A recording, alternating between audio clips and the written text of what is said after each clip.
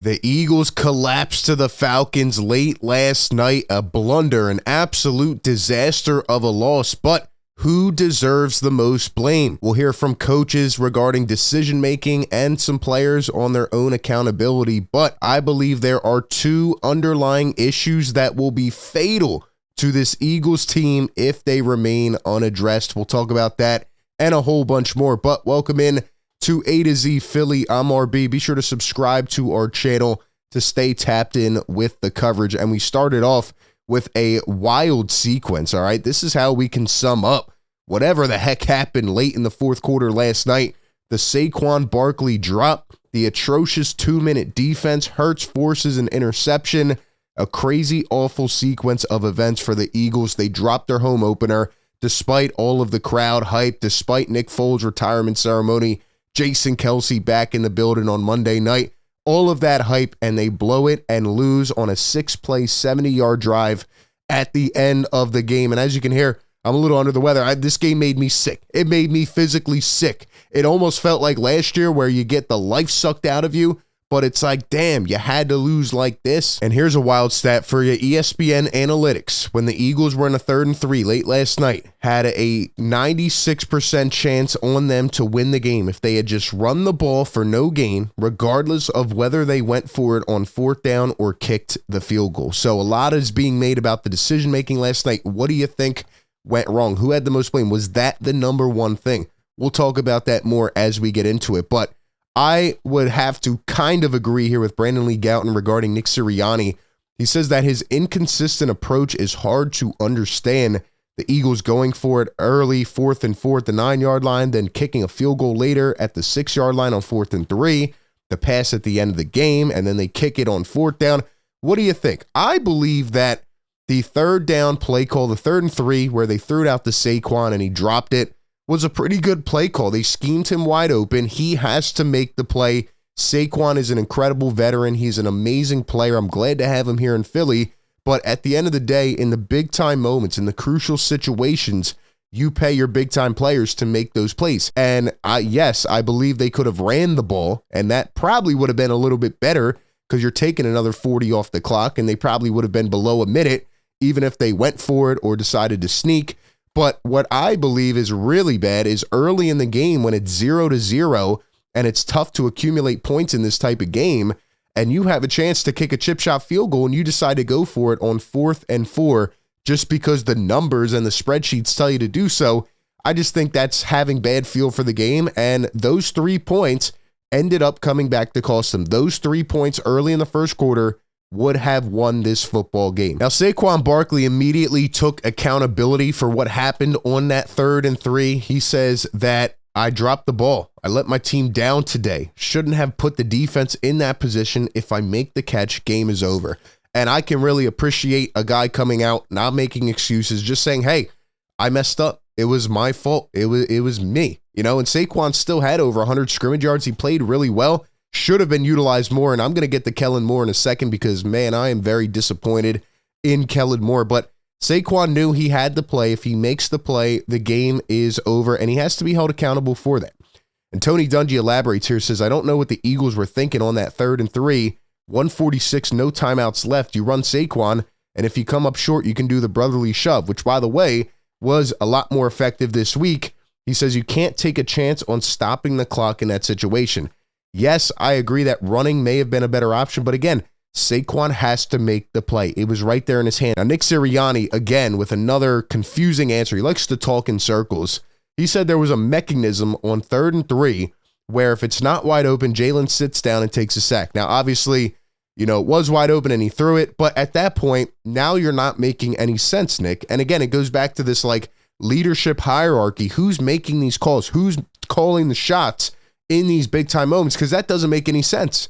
Does Nick Sirianni have the wherewithal? Does he have the crucial instincts to make these type of decisions?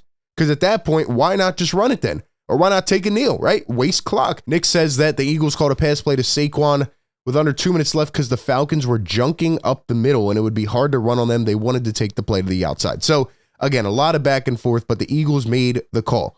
Now, I would agree here with Shane Haft that the criticism on Jalen Hurts last night is probably a little bit too much. Jalen played a good game in my eyes. He made the big plays. He was scrambling for his life in that pocket and moving out a lot. And even without A.J. Brown, the whole offense took a complete shift. And I just don't understand why. Like, Britton Covey had 6 catches in this game. Devontae did his thing, 7 catches, 76 yards. But you needed to get more weapons open. You needed to use your guys. And even Jalen Hurts had a couple big third down runs. Like, he extended drives, he moved the chains, and he played tough. And he didn't make the crucial mistake in this game until the end. That's the one thing I can have fault with for Jalen Hurts in this game. You're about 25 yards away from field goal range. Yes, it's going to be hard. You start a drive with 34 seconds left, but you still have 25 seconds. So why are you launching the ball 30 yards down the field?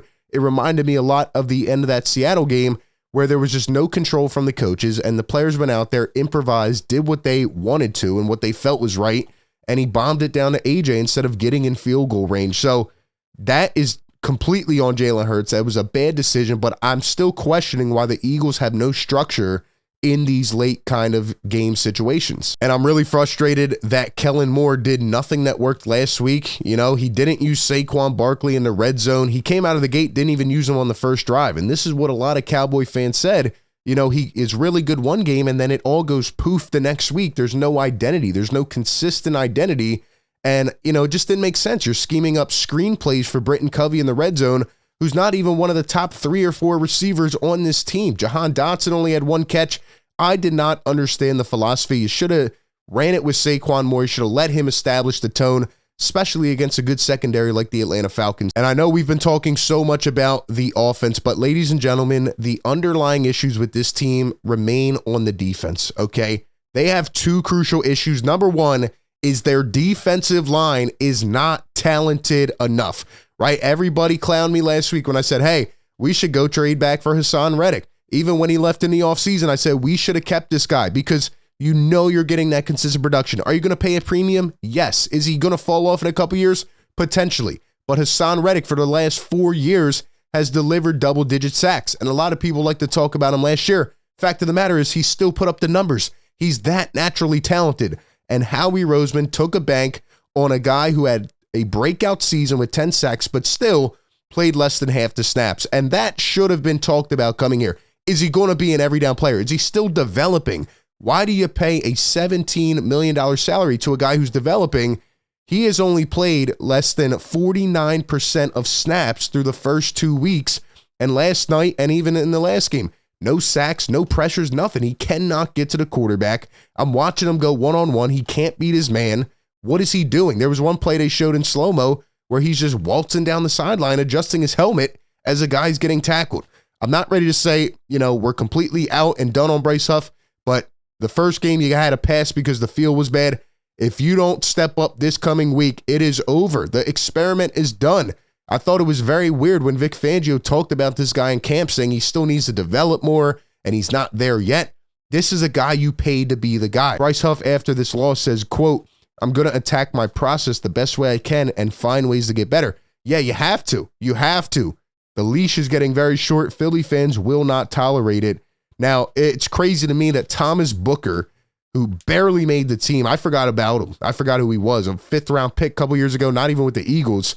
They picked him up on practice squad. He played only 9 snaps yesterday, and he was the most effective defensive lineman.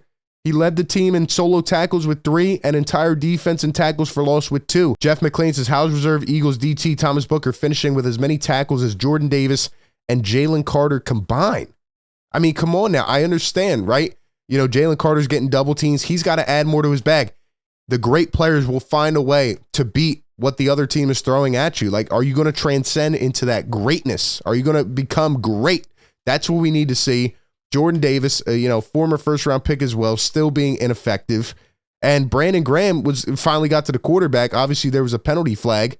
Eagles need to clean that up. But there's no reason that Brandon Graham and Thomas Booker should be the guys getting to the quarterback. And Milton Williams, of all people, had the only sack. So maybe he should be starting. Because at this point, what do you do? Is there free agents? Do you make a trade this early? Probably not happening. Bryce Huff and Nolan Smith combined for 2 pressures in the week 2 loss. Jalen Carter and Jordan Davis combined for 3 pressures, and all of them were Jalen Carter. It is time to be concerned about Jordan Davis and Bryce Huff. The Eagles need more talent on the defensive line. Howie Roseman has to do something. And Josh Sweat talking about the last touchdown drive. I have no words for that. Unacceptable. No words. That's crazy. Hopefully we get it right. I don't like the way they're talking. Josh Sweat, aren't you on a contract year as well? You should be playing like you're on fire. Josh Sweat, no urgency. We're not seeing anything from this pass rush. But that leads me to my second underlying issue, and that is, do the Eagles have the right coordinator? Do they have the right scheme? Ladies and gentlemen, Vic Fangio has bend but don't break scheme, and we heard he's the grandfather of the scheme, and he's the leader, and all these coordinators have branched out and copied him. It doesn't work. It doesn't work. Eagles fans could tell you this from watching Jonathan Gannon. Overall, the scheme just doesn't work. Like, it is good. It's reliable in some aspects, but you have to have a super, super talented defensive line, and the Eagles have the opposite of that.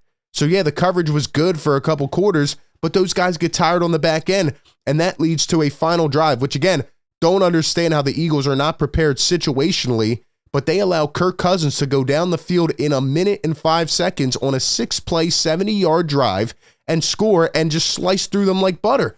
I don't understand how that happens. That should never, ever happen. The guys are confused. Quinyon got cooked a couple times on that last drive, and Darius Slay looked like an absolute fool on that touchdown. Darius Slay tweeted about it after the game, says, "That's on me, Philly. I owe y'all one." Yeah, you do.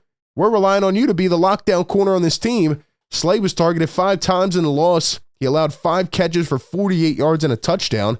And the last play, like I said, the touchdown was just absolutely brutal.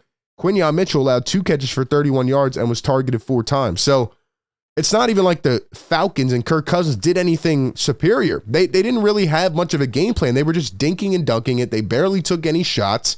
And Bijan Robinson had a really good game. But you contain this team. Kirk Cousins is on one leg.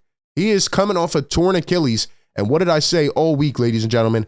The one thing you have to do, if there's any quarterback I know in this league, it's Kirk Cousins. And when you bring pressure, he will look like a deer in headlights. The Eagles did not get to him more than once. They let him sit pretty back there. They only rushed for the whole game. How about you stunt something? How about you draw up some kind of disguise? How about you get to Cousins? You saw what the Pittsburgh Steelers did to this guy, and you did nothing to replicate that. You had the tape right in front of you, and you let him sit back pretty all game long. And again, he didn't even play that well, but he just had nobody in his face. The front four could not crack. And Vic Fangio's the second underlying issue. That is his scheme. He's not going to blitz a lot. He's not going to bring more than 4 guys. He's never going to bring 6 or 7. He's never going to do that. So the Eagles have to rely on pure talent and pure coverage skills. And I just don't know if they can hold up. A brutal, brutal way to go down. And now you have to hope that this does not factor into the next sequence. Right now you play the Saints, who are on a historical offensive pace. Then the Bucs, who are 2-0 and crushed you last year in the playoffs. You have to win at least one of these next 2 games, or else this could get dark very quick. Give me your thoughts down below in the comments section. Appreciate everybody for tapping in. Be sure to like, comment, and subscribe. That being said, I'll catch you on the next one. Tap into BetMGM Casino, and you're entering a huge library full of exclusive games.